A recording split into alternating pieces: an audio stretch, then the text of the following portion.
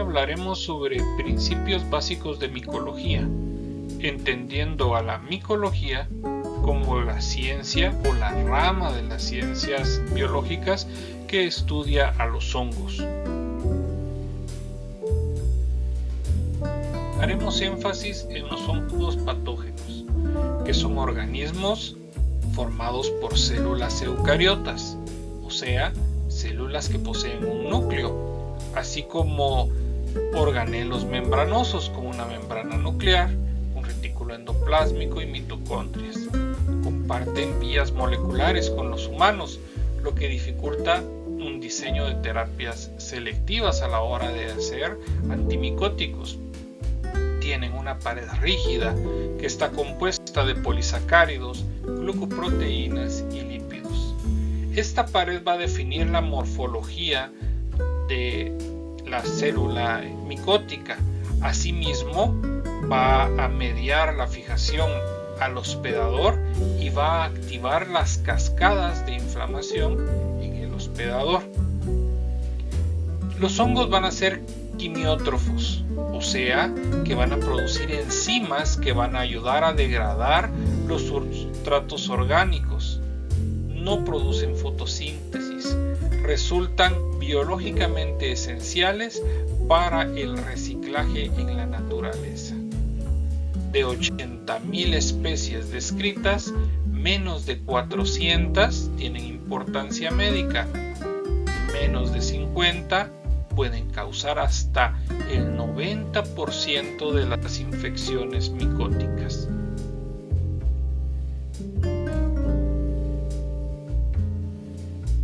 Hablemos un poco sobre el metabolismo quimioheterótrofo y en el caso de los hongos, el metabolismo quimioheterótrofo absortivo, que es la forma que tienen los hongos para obtener su energía y el carbono, lo cual logran absorbiendo los nutrientes de la materia orgánica, la cual descomponen mediante la producción de exoenzimas.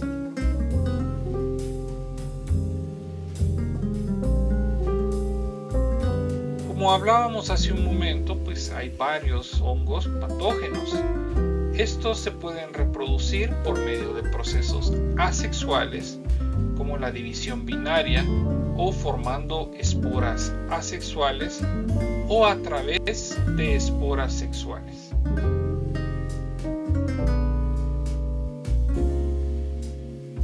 Los hongos pueden ser unicelulares o pluricelulares. Los hongos que son unicelulares están formados por células aisladas, redondas u ovaladas, que vamos a llamar levaduras. Mientras que los hongos pluricelulares están constituidos por células alargadas que crecen por extensión de sus extremos, formando tabiques de un modo más o menos completo, formando además largos filamentos a los cuales vamos a llamar hifas, que con frecuencia pueden producir ramificaciones. Estos hongos, denominados mohos, al crecer forman matas de filamentos entrelazados. Otros hongos filamentosos son macroscópicos, forman estructuras con un elevado nivel de complejidad y organización de sus hifas y presentan una morfología característica, constituyendo a las denominadas setas.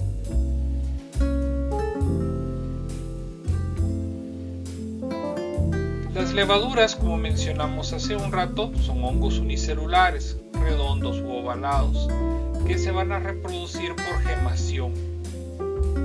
Los hongos filamentosos o mohos son pluricelulares, están constituidos por células alargadas que, como mencionamos previamente, forman filamentos denominados hifas, los cuales se pueden reproducir al entrecruzarse.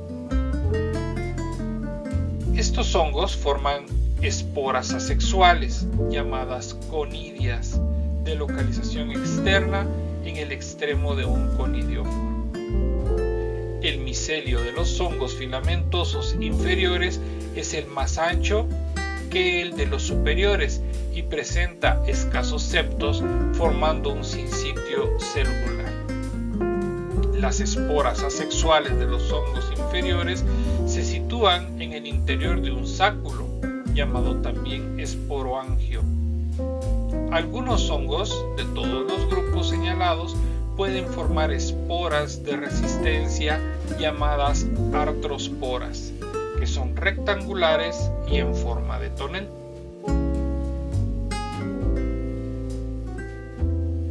La forma sigue a la función, morfología y dimorfismo en los hongos. Como mencionamos hace un rato, los hongos van a tener distintas formas y esa forma va a dar lugar a la función o a la aparición en un lugar específico, en un ecosistema. Cuando hablamos de mohos, son hongos que van a vivir a temperaturas alrededor de 25 grados, formados de filamentos tubulares ramificados con hifas vegetativas que absorben nutrientes. Las aéreas producen estructuras reproductivas y su reproducción va a ser por esporas, ya sea mitosporas o conidios. En algunas ocasiones, cuando varían las condiciones de temperatura, podemos tener el fenómeno llamado dimorfismo térmico, que es la capacidad de cambiar la forma de proliferación según el ambiente para evadir las defensas inmunitarias y sobrevivir dentro de los tejidos humanos. Esto en forma de levaduras unicelulares que pueden reproducirse por gemación.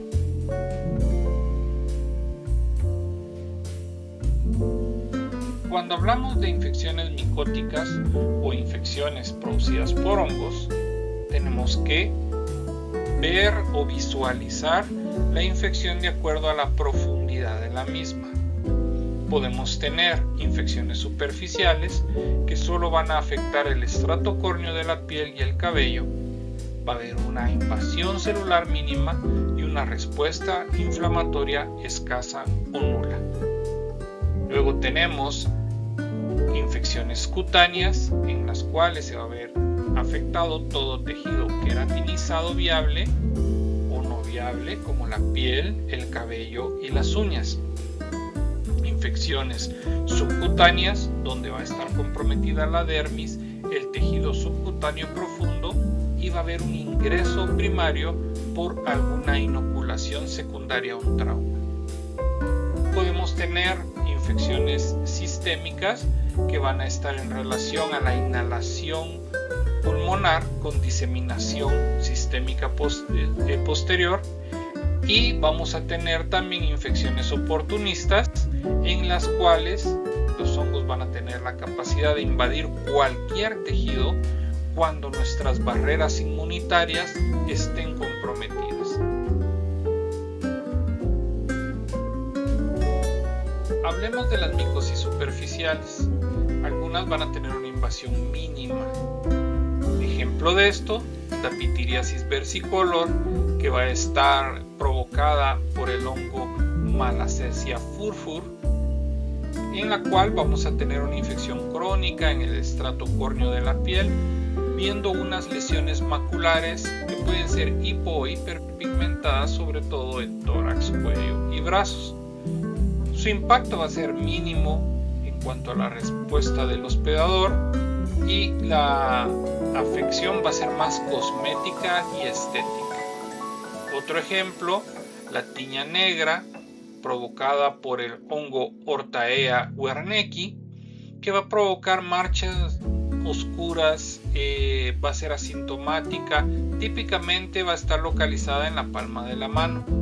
Vamos a ver microscópicamente la presencia de hifas, tabicadas y levaduras gemantes con gruesas paredes melanizadas, lo que le va a dar el color oscuro a las lesiones.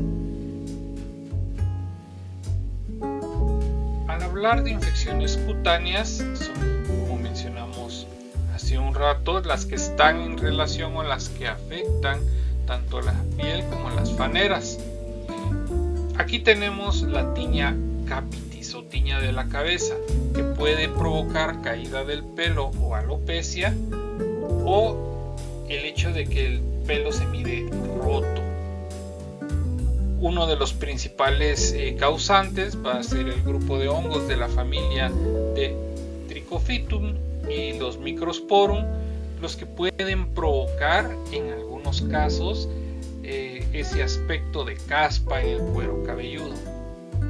Cuando la infección micótica es en el cuerpo, le vamos a llamar tiña del cuerpo o tiña corporis, que va a estar evidenciada por manchas circulares con un borde rojo expansivo y vesiculado y con áreas de hipopigmentación o descamación en el centro. Cuando la infección micótica es en las ingles, le vamos a llamar tiña de la ingle o tiña cruris, que va a ser una lesión eritematosa intertriginosa de carácter pruriginoso. Cuando es en los pies, vamos a llamarle tiña pedis o tiña de los pies, que es el famoso pie de atleta, que es un cuadro crónico en los espacios interdigitales. Cuando es en las uñas, le vamos a llamar onicomicosis. Aquí vamos a ver uñas engrosadas, manchadas u opacas.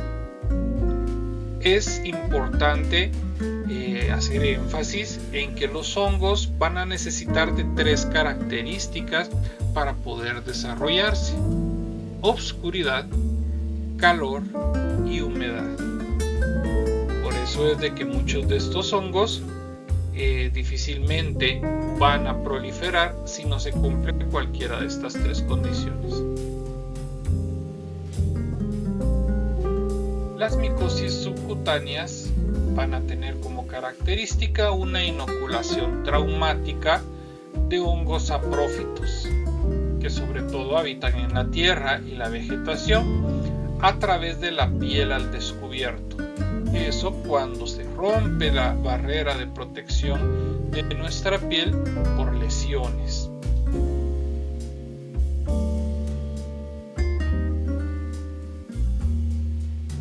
Podemos tener también micosis endémicas sistémicas, aquí sobre todo cuando inhalamos los hongos o las esporas. Estos hongos, sobre todo hongos dimórficos, viven como mohos filamentosos en el suelo o en áreas ricas en guano de zonas geográficas específicas. Cuando nosotros inhalamos accidentalmente estos conidios microscópicos transportados por el aire, este hongo entra a nuestro sistema. Ya dentro de nuestros pulmones, debido a la temperatura, el hongo va a cambiar a su forma tisular protectora, o sea, en forma de levaduras o esférulas, para evadir y resistir la fagocitosis de nuestro sistema inmune. Luego, la inmensa mayoría, más del 90% de las infecciones, van a ser asintomáticas o de curación espontánea en sujetos sanos y por lo general no se transmiten de persona a persona, aunque hay algunas excepciones a estas 2 condiciones.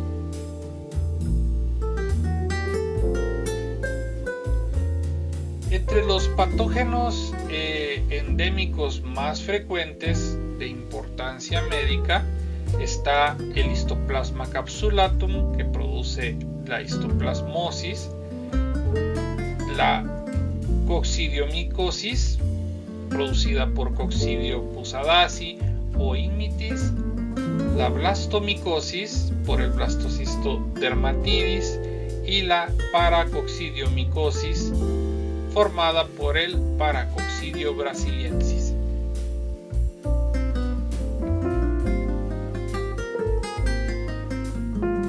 Vamos a ser más proclives a tener infecciones micóticas cuando nuestros mecanismos de defensa están comprometidos. O o sea, cuando estamos inmunocomprometidos. Como ejemplo de inmunocompromiso tenemos a los pacientes con virus de inmunodeficiencia humana, pacientes con cáncer, pacientes que tienen diabetes, pacientes adultos mayores o recién nacidos, y también pacientes que tienen tratamiento con esteroides o en tratamiento con medicamentos para disminuir la reacción alérgica o la reacción inmune después de un trasplante. Vamos a tener varios factores de riesgo, sobre todo la reducción severa de los linfocitos CD4, como la que vemos en el síndrome de inmunodeficiencia humana, el hecho de tener neutropenia profunda y prolongada, mayor de 7 días, eso es una reducción de los neutrófilos, que son células de defensa. Otro factor de riesgo van a ser las personas, como mencionamos hace un momento, post-transplantadas que estén en quimioterapia, las personas con diabetes mellitus descompensada o en cetoacidosis diabética, pacientes con alteración de la microbiota natural, sobre todo por uso prolongado de antibiótico. Estos patógenos van a ser sobre todo hongos ubicuos, o sea, hongos que se mantienen en el aire o la tierra, o algunos que son parte de nuestra propia microbiota, a los que las personas inmunocompetentes son naturalmente resistentes, pero en personas con inmunocompromiso sí se puede llegar a tener una infección.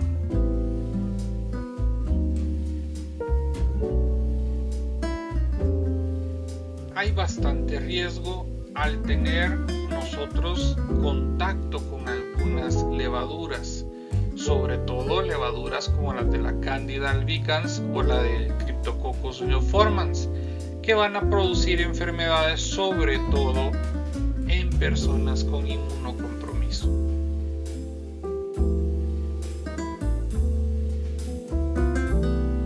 Van a haber invasiones que van a tener una rapidez importante, como la mucormicosis, con agentes como el Rhizopus, la Absidia o Mucor, que son mohos saprofíticos, filamentosos y termotolerantes de crecimiento muy rápido. Los pacientes que más van a estar en riesgo de tener infecciones micóticas de este tipo van a ser pacientes diabéticos, sobre todo con cetoacidosis, pacientes con quemaduras de tercer grado, sobre todo las que son de amplia extensión, pacientes sometidos a diálisis, y sobre todo van a estar dadas estas infecciones por una angioinvasión directa. Las hifas van a penetrar rápidamente las paredes vasculares y van a desencadenar trombosis letal, isquemia y necrosis tisular fulminante.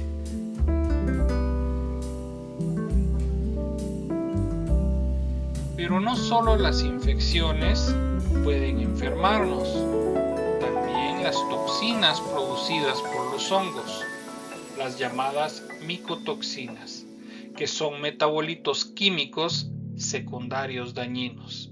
Estas causan intoxicaciones agudas o crónicas cuyos efectos destructivos no dependen de la infección biológica ni de la viabilidad del hongo. Podemos dividirlas como micetismo, el cual es un envenenamiento directo por la ingestión accidental de setas macromicéticas tóxicas. Las toxinas termoestables de estos hongos no se destruyen con la cocción y pueden provocar necrosis hepática y falla renal aguda letal. Asimismo, tenemos las aflatoxinas, que son producidas predominantemente por el moho Aspergillus flavus. Sobre todo, estas se dan por la contaminación agrícola subrepticia de granos y nueces, compuestos químicos altamente mutágenos y comprobados carcinógenos hepáticos crónicos.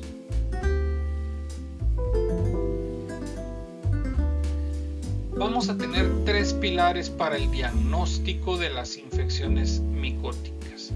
Primero, la microscopía directa, el uso rutinario de preparaciones como el hidróxido de potasio o KOH y fluorocromos como el calcofluor blanco que permiten la visualización rápida de hifas, levaduras y cápsulas directamente en los fluidos o biopsias del tejido afectado. También podemos hacer cultivos micóticos, sobre todo cultivos que crezcan en agar de saburau con un pH de 7, adicionado con cicloheximida y antibacterianos, con una temperatura entre 25 y 35 grados. Y el último pilar del diagnóstico de infecciones micológicas es ver la respuesta del hospedador mediante la detección serológica clínica de anticuerpos y antígenos inmunodominantes estructurales de la pared celular de los hongos. Aplicación de UTI-reacciones diagnósticas para medir el estado de la inmunidad celular.